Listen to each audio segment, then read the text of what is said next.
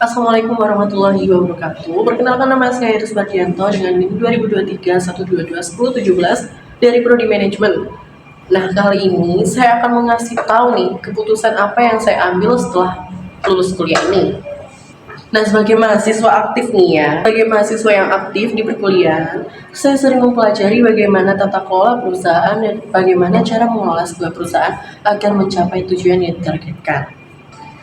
Banyak orang yang memikirkan setelah lulus ini akan melanjutkan bekerja atau memiliki bisnis sendiri. Jawaban ini mungkin terlihat sederhana, namun sangat berarti makna yang lebih besar bagi orang-orang.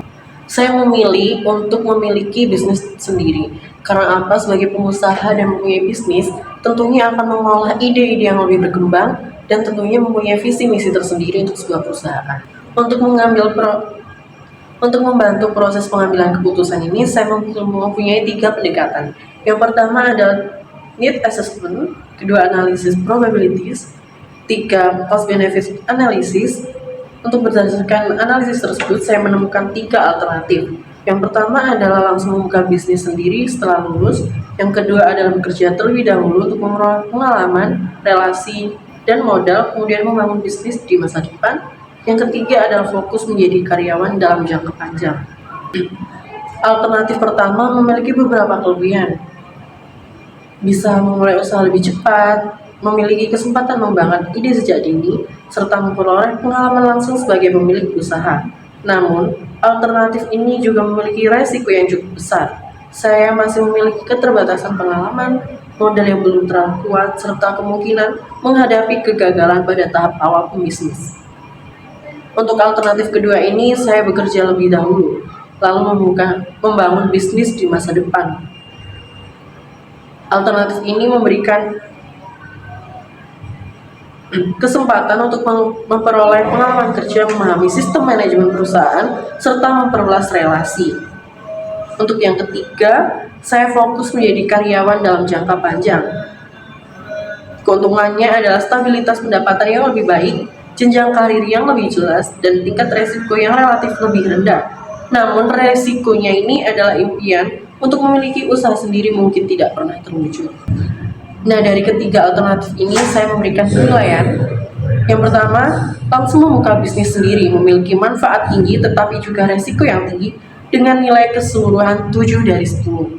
Yang kedua, bekerja terlebih dahulu lalu membangun bisnis memiliki manfaat yang tinggi dengan resiko yang lebih seimbang sehingga memperoleh nilai keseluruhan 9 dari 10. Dan untuk yang ketiga adalah fokus menjadi karyawan dalam jangka panjang, memperoleh nilai 6 dari 10 karena kurang mendukung tujuan saya untuk menjadi entrepreneur.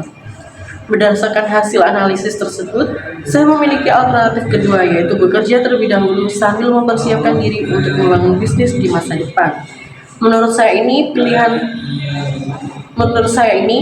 ini merupakan jalan tengah yang paling realistis agar mengejar impian menjadi seorang entrepreneur, tetapi juga memiliki kesempatan untuk memperoleh pengalaman, memperluas relasi, memahami dunia kerja, serta mempersiapkan modal yang lebih matang. Selanjutnya, saya akan berdiskusi dengan mitra untuk mendapatkan masukan dan menguji apakah keputusan yang saya ambil ini sudah cukup rasional. Perkenalkan, dengan yang di samping saya ini adalah Mbak Alivia. Mohon Mbak Alivia dipersilakan. Dari yang saya dengarkan tadi ya, saya ini penasaran gitu, kenapa kalau emang cita-cita Mas Heri ini ingin punya bisnis sendiri itu, kenapa nggak langsung dimulai aja dari sekarang gitu? Nah, setelah saya analisis ya Mbak, saya merasa lebih membutuhkan pengalaman dan pengetahuan praktis. Saya ingin memahami bagaimana sebuah organisasi dikelola sebelum nantinya mengelola bisnis sendiri. Menurut saya, pengalaman kerja dapat menjadi bekal yang sangat berharga ketika saya menjadi pengusaha nanti. Gitu. Tapi ya, setelah saya banyak lihat itu, banyak juga itu pengusaha yang sukses untuk memulai bisnis itu tanpa harus bekerja dulu. Bukannya itu membuktikan ya kalau pengalaman kerja itu bukan syarat utama gitu untuk membuka bisnis. Benar, saya sangat setuju bahwa pengalaman kerja bukan syarat mutlak untuk menjadi pengusaha. Namun setiap orang memiliki kondisi yang berbeda. Ada yang memiliki modal besar, mentor yang kuat, atau pengalaman bisnis dari keluarga. Sedangkan saya melihat bahwa bekerja terlebih dahulu merupakan cara yang paling sesuai dengan kondisi saya saat ini.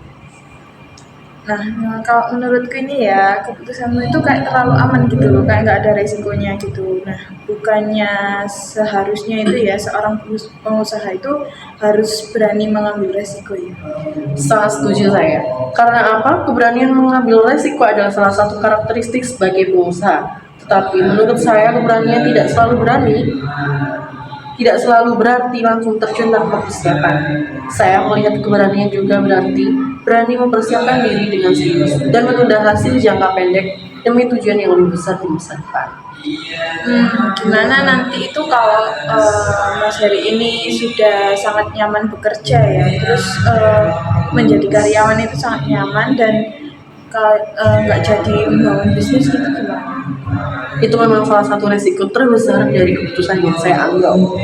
Karena saya berencana menetapkan target waktu dengan target modal yang jelas. Bukannya 2 atau 3 tahun bekerja itu berarti kamu juga kehilangan kesempatan untuk membangun bisnis secara lebih cepat gitu. Benar, ada opportunity cost yang harus saya terima, namun saya melihat bahwa pengalaman, relasi, dan modal yang sama yang saya peroleh selama bekerja memiliki nilai yang cukup besar untuk meningkatkan peluang keberhasilan bisnis saya di masa depan.